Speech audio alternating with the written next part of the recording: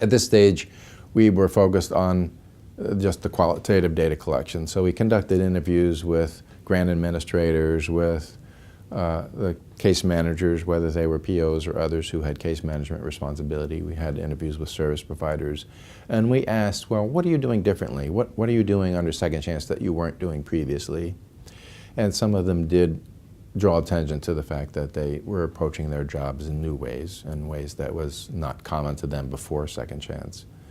One grantee administrator talked about, well, Second Chance completely changed the way we think about reentry planning. It was just completely changed throughout the organization and how we think about what we need to do to have individuals be successful after they're released. It was very exciting to see and to hear. You know, I mentioned that hearing from the people who are being served, the participants, to talk about the connections they were establishing with case managers, and that was very exciting and heartening. But to talk here about this cultural shift was also very, it was very important to hear about as part of what was happening under Second Chance.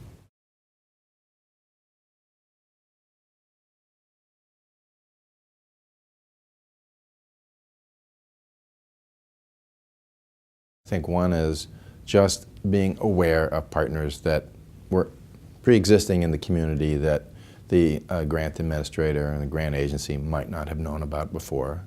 And I think another element of is taking these pre-existing partnerships and strengthening them. So they might have had these connections before, but they were very weak.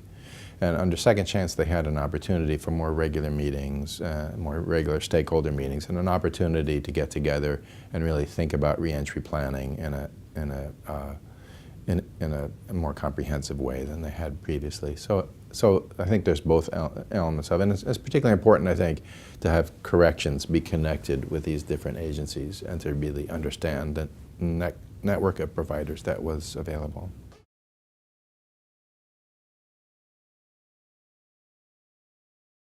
There are several elements of, we talked about services becoming more whole as part of Second Chance, and there are several elements of that that I think are really important. One is this pre-release to post-release transition period. That under Second Chance, BJA made clear its expectation of this, that, well, reentry isn't something that happens at a single point in time. You really need to begin planning for the reentry process before release, and it extends through a lengthy post-release stage. So that was one element of these services becoming more whole, that wasn't pre-release here and post-release here, and these were basically disconnected activities, but really thinking of it as a continuous process, that you're preparing for release even in the pre-release stage, providing services that the individual needs to be successful post-release, and also planning for services in the post-release stage while the individual is still incarcerated. They could begin that dialogue with the Second Chance Act participants prior to release and begin working with pre-release individuals who were serving that individual, as well as starting that reentry planning process during the pre-release stage. So that was something that was transformative, that hadn't been happening before, that the social service agencies were able to get access to the institutions and begin working with these individuals. That was one element of this, making services more whole for these individuals.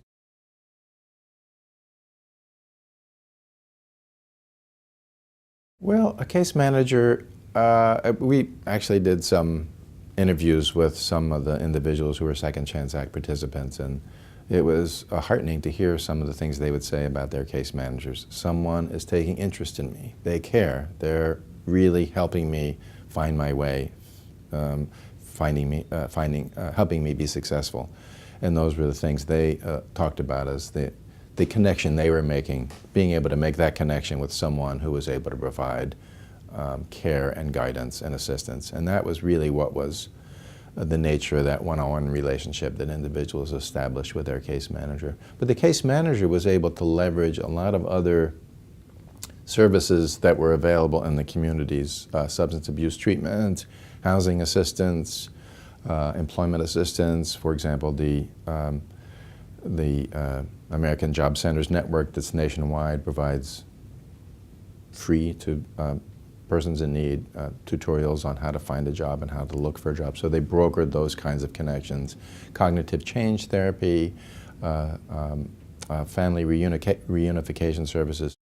So let me explain. So I think the first thing is, this is obviously a very difficult population to work with. The problems that we hear about the formerly incarcerated were amply in evidence in this population. Problems with substance abuse, mental health issues. They were being released and didn't have good opportunities or options for housing, weak family supports, poor networks in the communities. Obviously, the stigma associated with being incarcerated meant that they had poor job opportunities. They had, in some cases, most cases, very poor work histories to begin with. So the challenges of trying to overcome those obstacles and help these people in an integrative way and a rehabilitative way were certainly things that we would expect that these case managers had to deal with. What we observed was, in fact, this cultural shift that POs were beginning to approach their job in a new way. They had this special training as part of Second Chance Act, and they approached their job in a new way that they hadn't before, and focused less on compliance and monitoring and more on this rehabilitative philosophy, trying to identify this holistic set of needs that the people they were working with needed to be successful.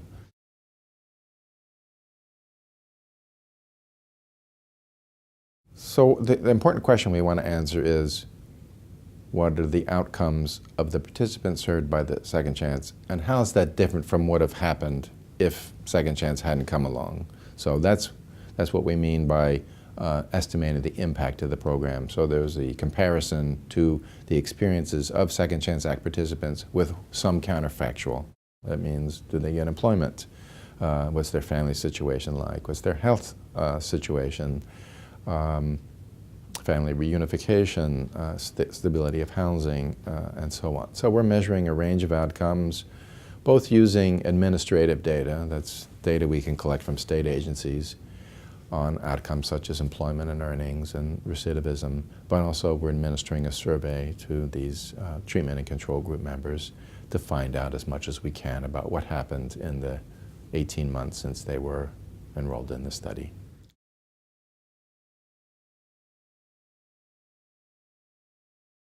Well, I'd say it's a big deal for a couple major reasons. One major reason is this is a very pressing social problem. We have huge numbers that were incarcerated over the past number of decades, and recidivism rates are very high. And so this is a huge social problem. Not only is it impactful for the individuals who are being served, who potentially need to get a stronger footing in their communities, but obviously it's a social issue as well. Reducing recidivism, crime, public safety, increasing public safety are all pressing social concerns, and this is an urgent problem that needs to be addressed.